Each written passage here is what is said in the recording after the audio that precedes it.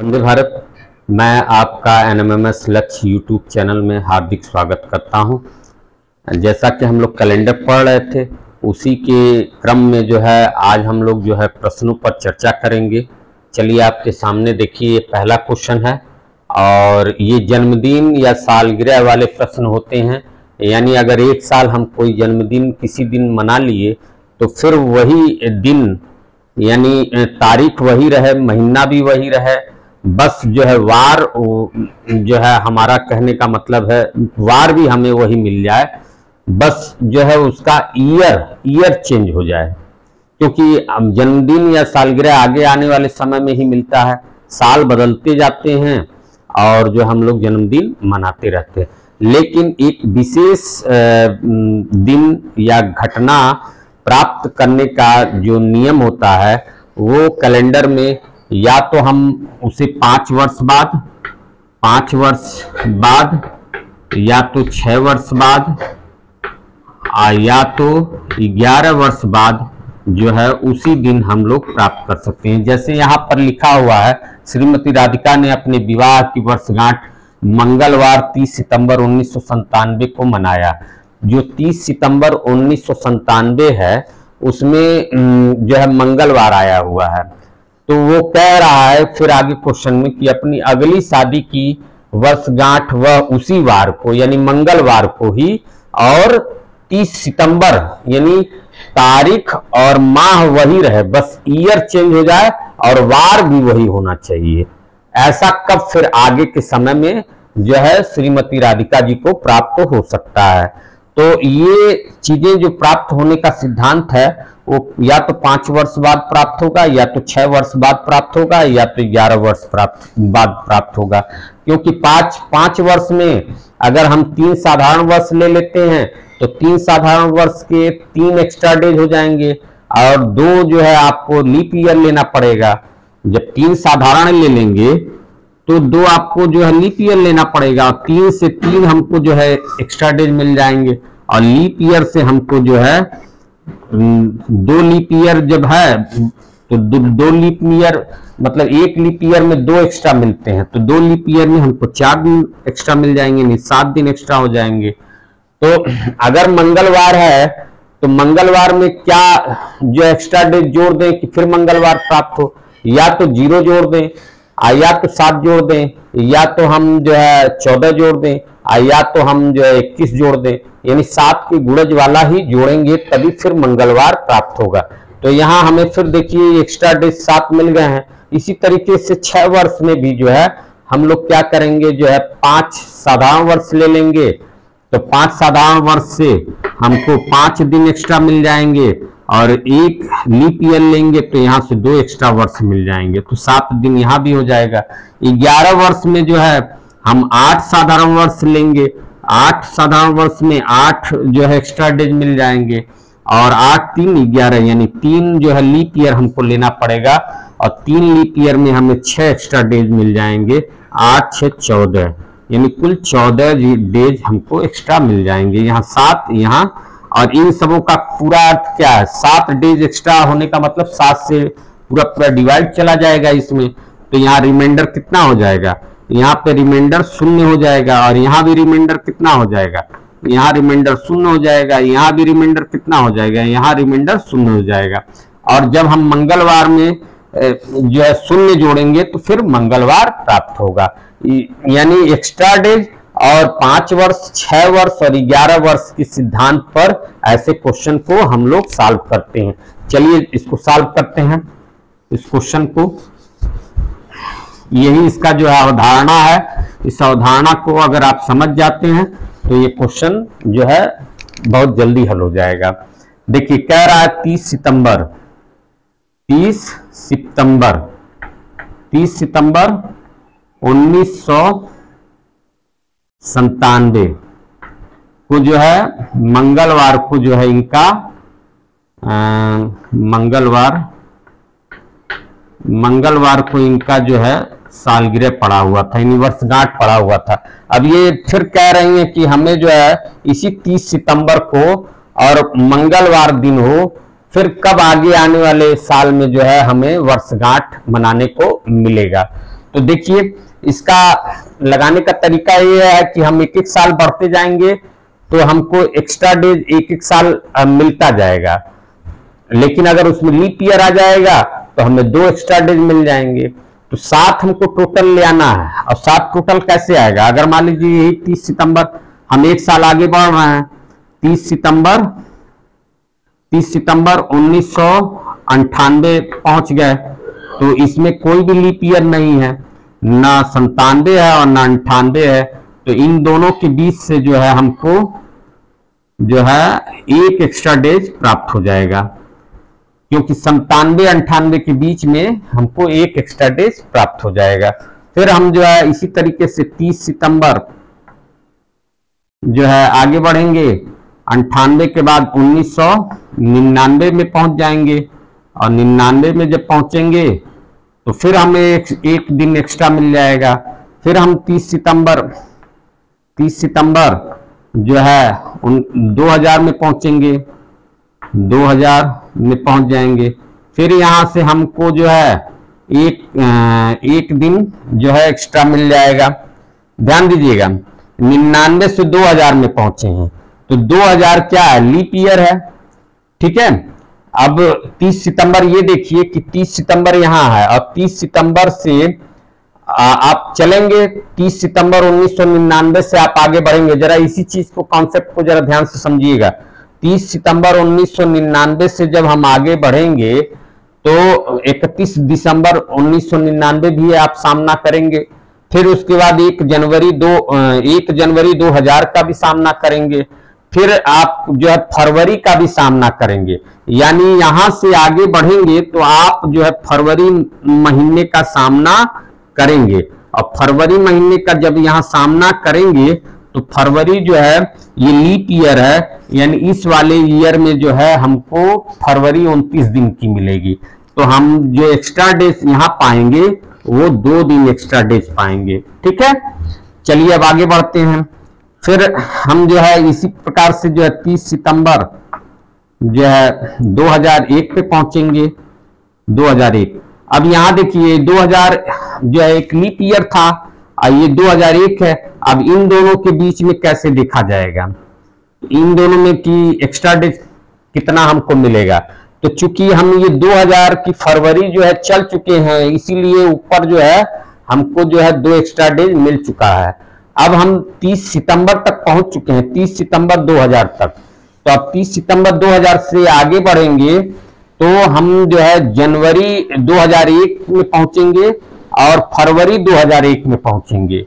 फिर 30 सितंबर 2001 तक पहुंचेंगे, और इसमें हमको लीप ईयर की फरवरी नहीं प्राप्त हो रही है। और जब लीप ईयर की फरवरी नहीं प्राप्त हो रही है तो कहने का तात्पर्य है यहाँ एक्स्ट्रा डेज हमें सिर्फ एक ही मिलेगा, फरवरी 28 की होगी, ठीक। फिर इसी प्रकार से हम जो है 30 सितंबर 2002 पे पहुंचेंगे। अब यहाँ पे तो कोई मतलब ही नहीं है लीप ईयर का, दोनों साधारण है, तो यहाँ भी हमें एक्स्ट्रा डेज 1 मिल जाएगा। फिर हम जो है 30 सितंबर 2003 में पहुंचेंगे। यहाँ भी जो है कोई मतलब नहीं है, यहाँ भी हमको जो है साधारण दोनों ईयर हैं, हमको जो है 1 एक्स्ट्रा डेज मिल जाएगा। अब जरा इन एक्स्ट्रा डेजों को जोड़िए। जब मंगलवार में 1 जुड़ेगा तो बुधवार हो जाएगा, लेकिन अगर ये पूरा एक साथ जोड़ लें तो 1 1 2 2 2 4 1 5 1 6 1 7, यानी कुल 7 दिन हो गए यहाँ पर, ठीक है। और 7 का मतलब क्या होता है? कैलेंडर में 7 का मतलब क्या है कि 7 से 7 में हम भाग देंगे और जो रिमाइंडर होगा, रिमाइंडर को लिख लेंगे। रिमाइंडर क्या होगा? 7 से 7 में भाग जाएगा, कट जाएगा, रिमाइंडर 0 होगा। यानी 7 का मतलब क्या होता है? कैलेंडर में 7 का मतलब 0 होता है, यानी 7 का मतलब क्या है? 0, ठीक। तो अब यहां पर अगर हम मंगलवार में 0 जोड़ेंगे, इतने जो एक्स्ट्रा डेज होते होते मंगलवार में 0 जोड़ेंगे तो कौन सा दिन आएगा? 30 सितंबर 2003 को। अरे भाई मंगलवार में 0 जोड़ेंगे, मंगलवार आएगा। तो 30 सितंबर 2003 को यह पुनः जो है मंगलवार को ये अपना सालगिरह शादी का वर्षगांठ जो है पुनः मनाएंगी। ठीक है, इस प्रकार से जो है ये क्वेश्चन आप लोग अगर एक समझ गए तो यही क्वेश्चन इस प्रकार के सारे क्वेश्चन का पूरा आधार बनेगा, यानी एक बम की तरह काम करेगा। सारे क्वेश्चन को जो है बहुत जल्दी से आप उसको लगा लेंगे। ठीक है, आइए अब हम लोग इसी के आधार पर आगे के क्वेश्चन को सॉल्व करते हैं। आइए अब हम लोग जो है उसी आधार पर, पहले क्वेश्चन के आधार पर ही ये दूसरा क्वेश्चन भी सॉल्व करके देखते हैं ताकि प्रैक्टिस हो जाए हम लोग का।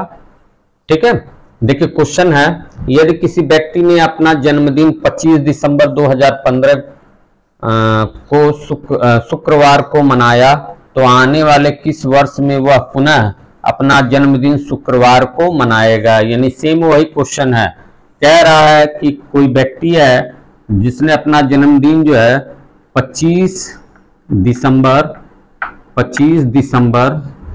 2015 को जो है शुक्रवार को मनाया। ठीक है, शुक्रवार को उसने मनाया है। फिर कह रहा है कि शुक्रवार को मनाया तो आने वाले किस वर्ष में वह पुनः अपना जन्मदिन शुक्रवार को मनाएगा। तो अब कह रहा है कि यही शुक्रवार जो है आगे कब फिर वो जो है लेकर के आएगा अपने जन्मदिन में, और डेट भी वही हो 25 दिसंबर और मंथ भी वही हो, यानी 25 डेट और दिसंबर का मंथ भी होना चाहिए और शुक्रवार होना चाहिए। तो पहले ही बताया कि उसी तारीख का ये उसका लॉजिक है, ये उसी तारीख का वही दिन 5, 6 या 11 वर्ष जोड़ने पर प्राप्त होगा।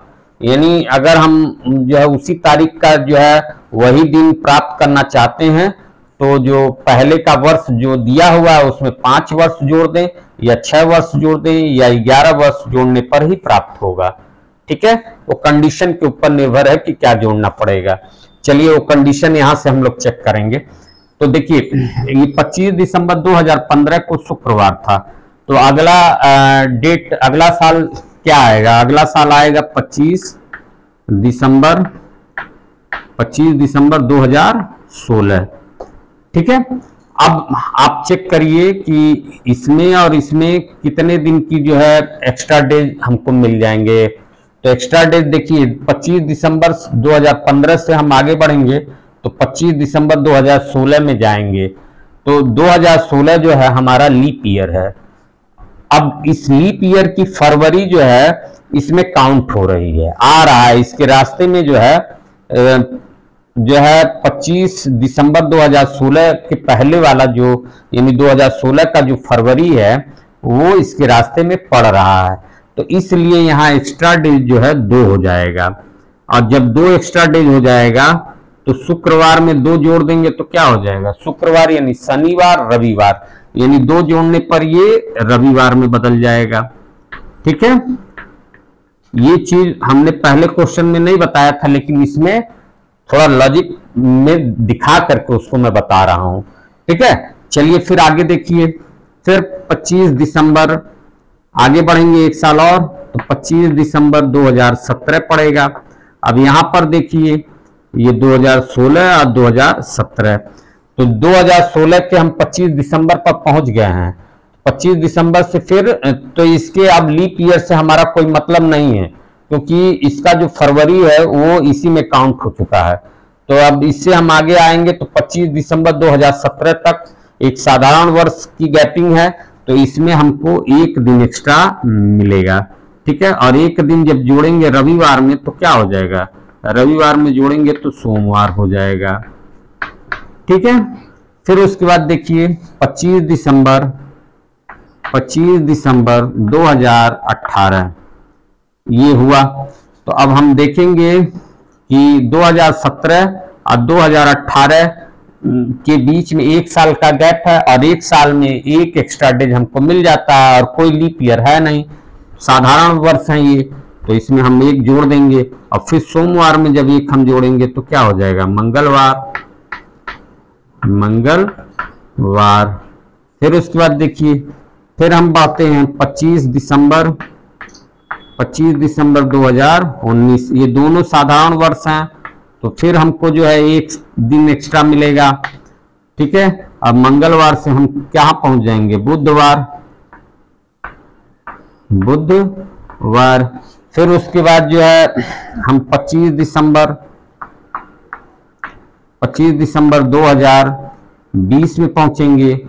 और ये जो है अब यहाँ देखिए क्या 25 दिसंबर 2020, चूंकि 2020 एक लीप ईयर है, आप ये देखिए क्या लीप ईयर ये दिसंबर जो तक हम पहुंचे हैं 25 दिसंबर तक, 25 दिसंबर 2019 से 25 दिसंबर 2020 तक के रास्ते में क्या 2020 का फरवरी आया है? तो हाँ आया है, 2020 की फरवरी आई है। तो जब 2020 की फरवरी आई है तो उसमें 29 दिन हो जाता है। जहां 1-1 की वृद्धि हो रही थी, यहाँ पर 2 दिन की वृद्धि हो जाएगी एक्स्ट्रा डेज की, 2 एक्स्ट्रा डेज हमको मिल जाएंगे। तो अब हमको जो है इसमें 2 जोड़ करके, बुधवार में 2 जोड़ेंगे तो क्या हो जाएगा, बृहस्पति और शुक्रवार हो जाएगा। यानी देखिए फिर वही वाला वार हमको प्राप्त हो गया, शुक्रवार। ठीक है, शुक्रवार हमें प्राप्त हो गया। यानी 25 वही डेट है, वही मंथ है और वही जो है हमारा वार भी प्राप्त हो गया। ठीक है, कितने सालों में ये भी आप देखिए, 15 और 2020 यानी 5 साल में हमको प्राप्त हो गया। ये वाला कंडीशन फॉलो हुआ 5 साल का। ठीक है, यही आंसर है।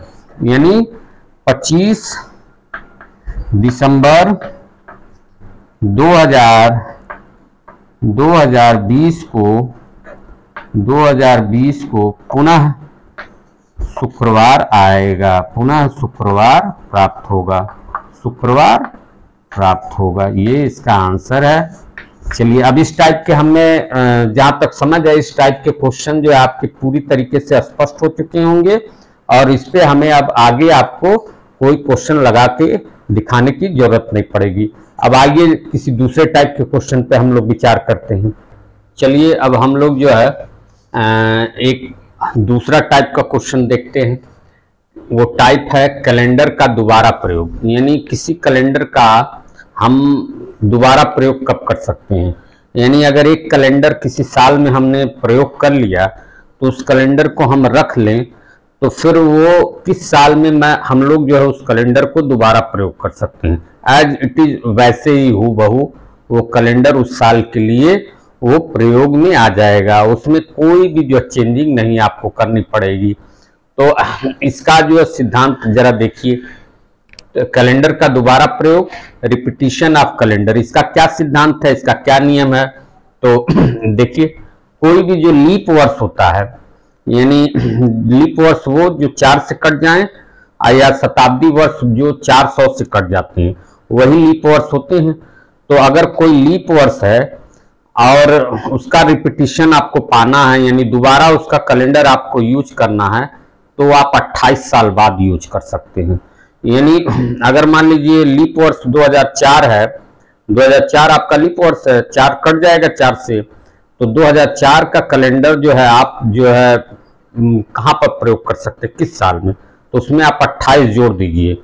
यानी 2004 का कैलेंडर जब उसमें आप 28 जोड़ेंगे तो 2032 में वो कैलेंडर आप 2032 में वही कैलेंडर आप उसको यूज कर सकते हैं। ठीक है, फिर दूसरा नियम यह है कि अब चूंकि लीप ईयर के बाद दूसरा क्या होता है, साधारण वर्ष। जैसे मान लीजिए 2004 तो आपका लीप ईयर हो गया, फिर आपके पास 2005 हो गया, 2006 हो गया, 2007 हो गया, ये 3 साल जो आपके साधारण वर्ष होंगे। तो ये साधारण वर्ष के कैलेंडर कब रिपीट करते हैं, तो साधारण वर्ष के कैलेंडर का नियम यह है कि उसमें हम 11 जोड़ देते हैं। ठीक है, लेकिन इसमें एक कंडीशन है, शर्त है कि साधारण वर्ष के कैलेंडर में जब हम उस ईयर में 11 जोड़ेंगे तो वो 11 जोड़ने के बाद जो ईयर हमें प्राप्त हो वो भी साधारण वर्ष का ही ईयर प्राप्त होना चाहिए। अगर हम जो है 11 जोड़ने के बाद लीप ईयर का कैलेंडर प्राप्त करते हैं, लीप ईयर का कैलेंडर हमें मिल जाता है, तो आप ये जानते हैं कि कोई भी साधारण वर्ष का कैलेंडर साधारण वर्ष में ही रिपीट होता है और लीप ईयर का कैलेंडर लीप ईयर में ही रिपीट हो सकता है, क्योंकि फरवरी के दिन में जो है 28 29 की बात होने के नाते ऐसा होता है। और दूसरा 365 दिन और 366 दिन हो जाते हैं। साधारण वर्ष में 365 दिन होते हैं और लीप ईयर में 366 दिन होते हैं। यानी साधारण वर्ष में जब आप 11 जोड़ेंगे और हमें लीप ईयर मिल जाए तो ऐसे कंडीशन में हम 11 फिर नहीं जोड़ेंगे, हम उसमें 6 साल जोड़ेंगे। 6 साल जोड़ करके जो है आप देखेंगे तो आपको अब इस बार जो है आपको साधारण वर्ष का साधारण वर्ष मिल जाएगा। ठीक है, ये है कैलेंडर के रिपीटिशन का नियम। और इसी पर जो है यहाँ पर मैंने क्वेश्चन 1, क्वेश्चन 2 और क्वेश्चन 3 जो है यहाँ लिख रखा है, इसको हम लोग सॉल्व करेंगे। बाकी नियम को मैंने यहाँ पर जो है जो बोला है मुंह से वही यहाँ से यहाँ तक जो है यहाँ से लेकर के यहाँ तक लिखा गया है, उसको दोहराने की कोई आवश्यकता नहीं है। मैंने नियम काफी अच्छी तरीके से आपको समझा दिया उदाहरण के साथ।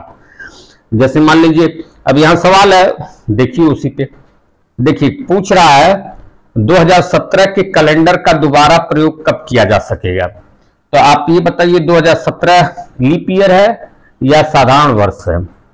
साधारण वर्ष है, क्योंकि 17 जो है 4 से कटेगा नहीं। तो आप देखिए इसका उत्तर 2017 है। और जब साधारण वर्ष होता है तो इसमें कितना जोड़ते हैं हम लोग? 11 जोड़ देते हैं। 11 जोड़ दीजिए और 17 में जब 11 जोड़ेंगे तो कितना हो जाएगा? 17 10 27 और 1 28, यानी 2028 मिल गया। अब आप ये देखिए 2017 का कैलेंडर हमने पूछा कि जो है हमें ये कैलेंडर कब दोबारा प्रयोग कर सकते हैं, तो ये हमको उत्तर मिल रहा है 2028 में। तो आप यहाँ ये देखिए ये तो साधारण वर्ष है, लेकिन ये जो 28 है वो एक लीप ईयर है, क्योंकि 28 जो है 4 से कट जाता है, 4 सते 28।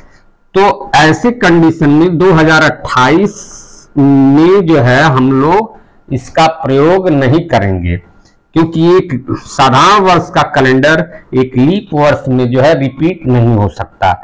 ऐसे कंडीशन में हम क्या करेंगे, यहाँ पर 11 न जोड़ करके हम लोग 2017 है इसमें 6 साल जोड़ेंगे।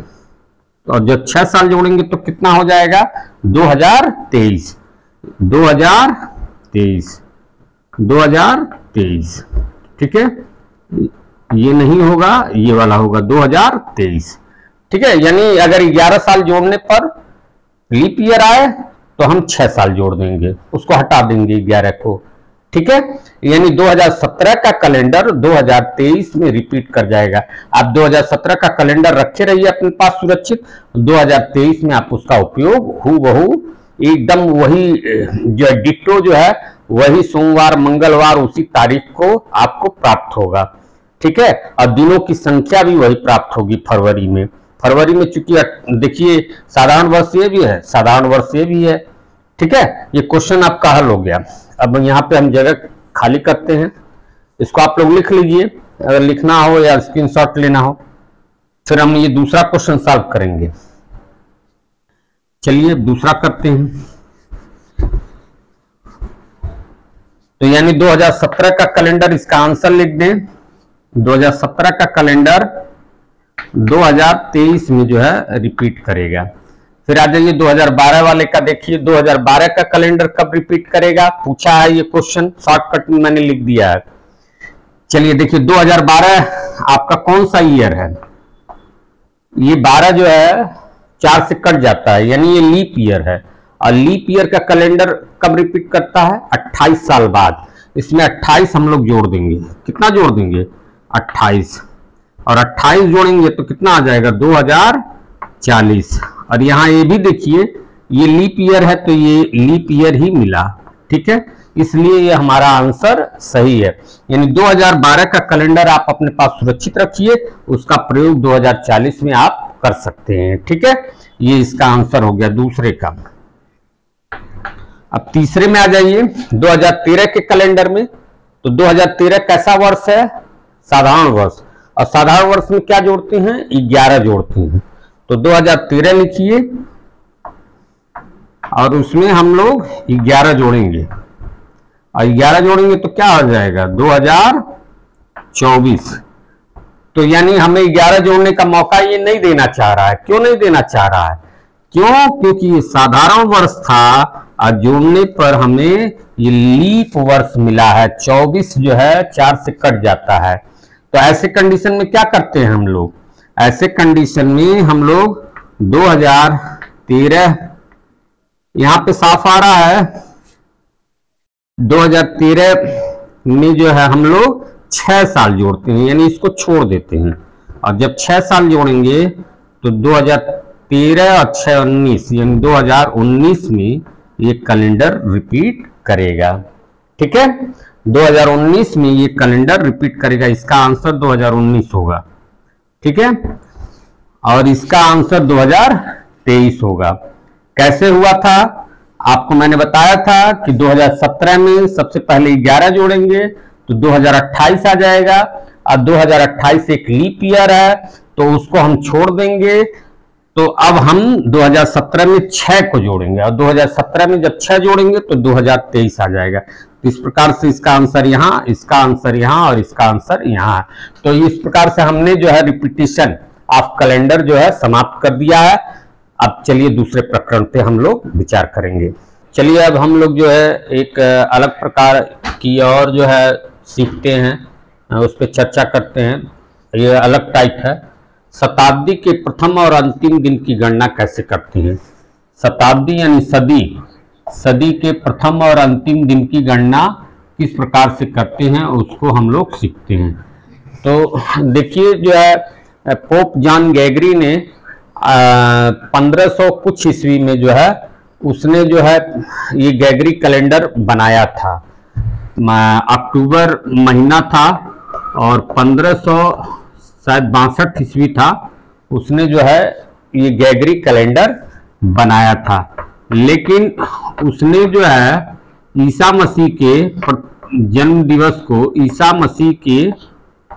मसीह के जन्म दिवस को जो है वहां से कैलेंडर की शुरुआत की थी, और वो दिन था 1 सन 1, यानी 1 जनवरी सन 1, और इसको उसने सोमवार माना था।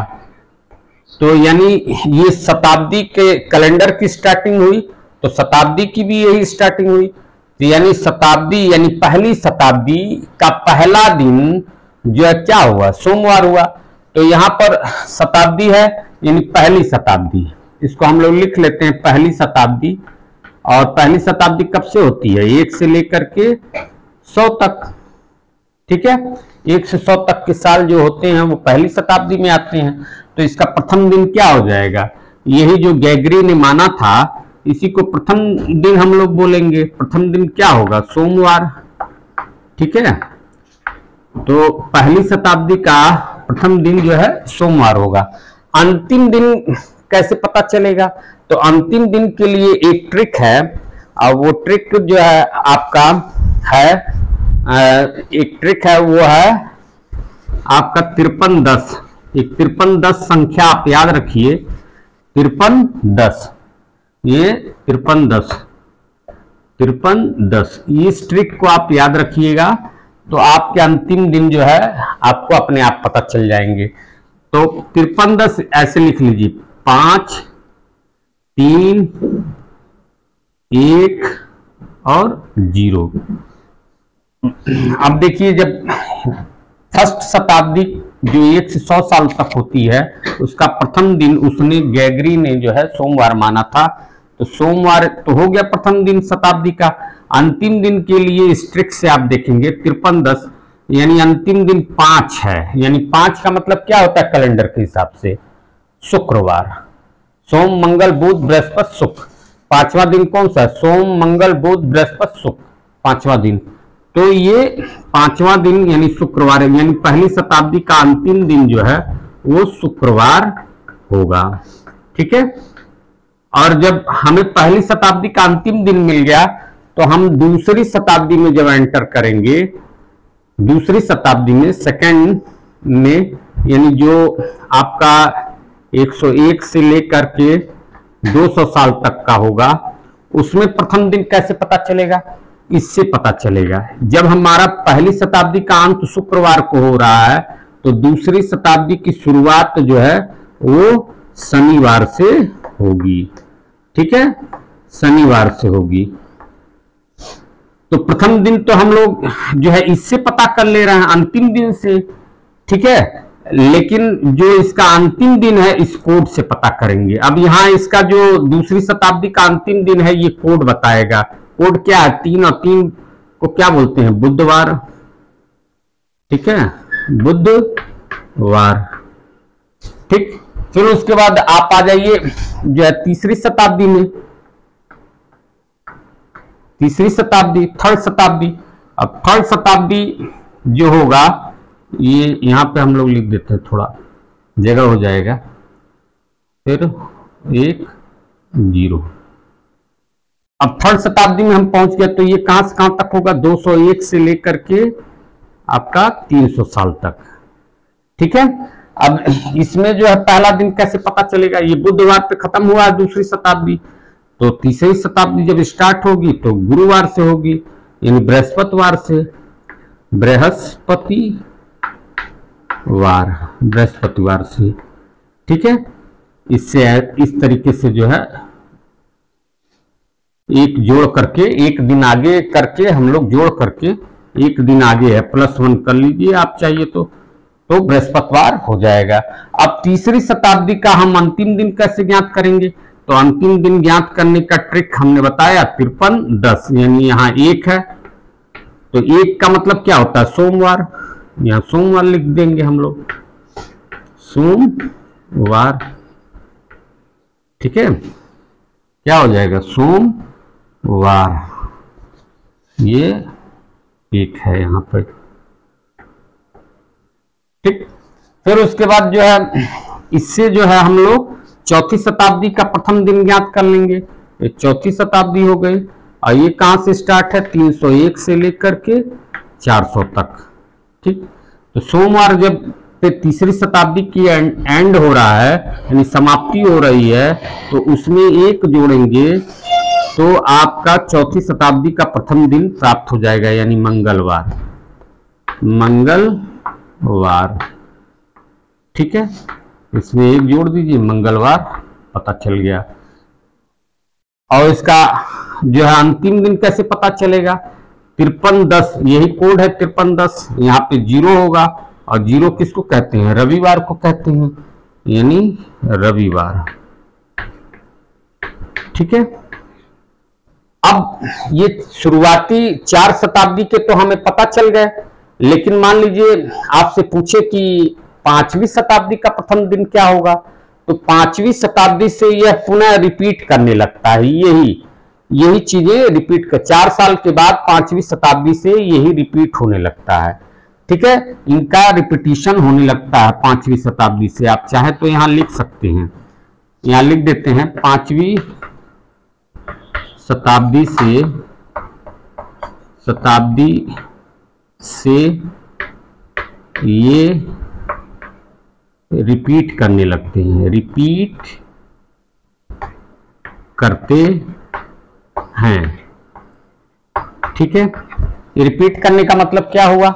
यानी पहली शताब्दी का प्रथम दिन सोमवार और अंतिम दिन शुक्रवार, दूसरी शताब्दी का प्रथम दिन शनिवार और अंतिम दिन बुधवार, तीसरी शताब्दी का प्रथम दिन बृहस्पतिवार और अंतिम दिन शुक्रवार, चौथी शताब्दी का अंतिम दिन मंगलवार और पहला दिन मंगलवार और अंतिम दिन रविवार।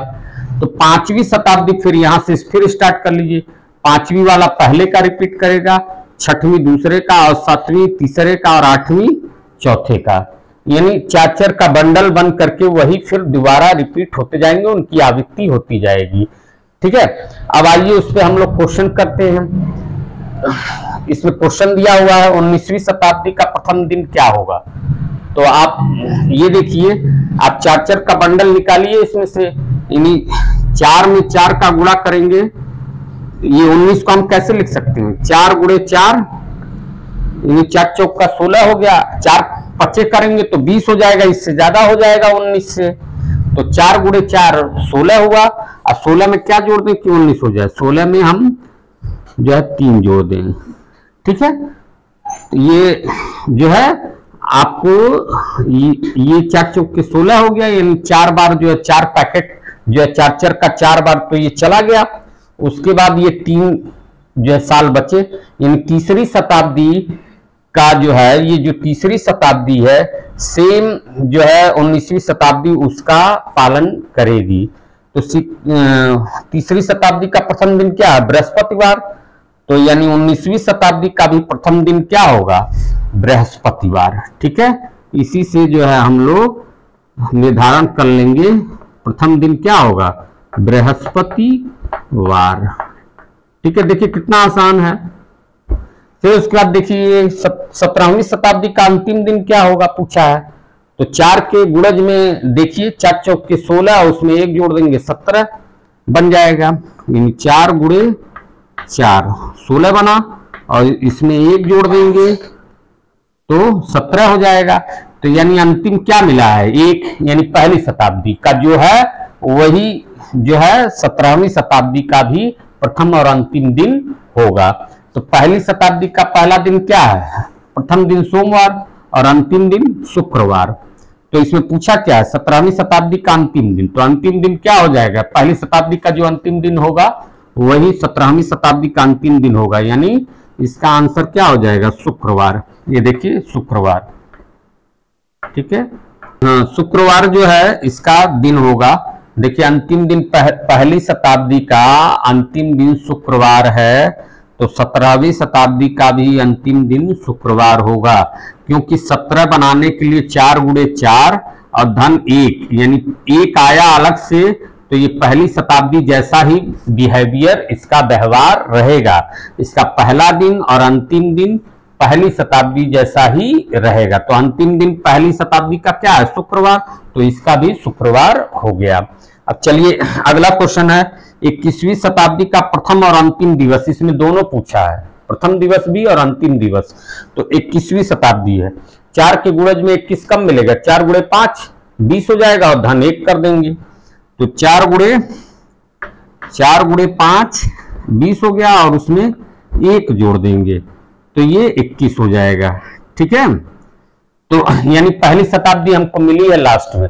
तो पहली शताब्दी का प्रथम और अंतिम दिन जो होगा वही 21वीं शताब्दी का प्रथम और अंतिम दिन होगा। तो पहली शताब्दी का प्रथम दिन क्या है? सोमवार, और अंतिम दिवस क्या है? शुक्रवार। ठीक है, तो इसको आप लिख लीजिए, यानी आंसर में प्रथम दिवस, प्रथम दिन सोमवार। ये तो अनचेंज रहता है, क्योंकि गेगरी ने तो प्रथम दिन सोमवार 1 सन 1 करके सोमवार मान करके ही चला है, इसमें कोई परिवर्तन कभी हो ही नहीं सकता। प्रथम दिन सोमवार, प्रथम दिन सोमवार और अंतिम दिन शुक्रवार। अंतिम दिन शुक्रवार होगा, यही इसका आंसर है। ठीक है, और ये इसका आंसर है और ये इसका आंसर है। ठीक है, 3 क्वेश्चन हमने कर दिए और इससे बहुत क्वेश्चन आते हैं, इस पे आप प्रैक्टिस कर लेंगे और ये आपको याद रहेगा। और ये कोड 5310 कोड याद रहेगा अंतिम दिन वाला, तो आप इस पे सारे क्वेश्चन सॉल्व कर सकते हैं। ठीक है, इसमें कोई प्रॉब्लम आपको नहीं होगी। चलिए अब हम लोग जो है इसी पे ये वीडियो समाप्त करते हैं, और चूंकि अगर कुछ क्वेश्चन रह गए होंगे तो हम लोग जो है अगली वीडियो में लेकर के आएंगे। वंदे भारत।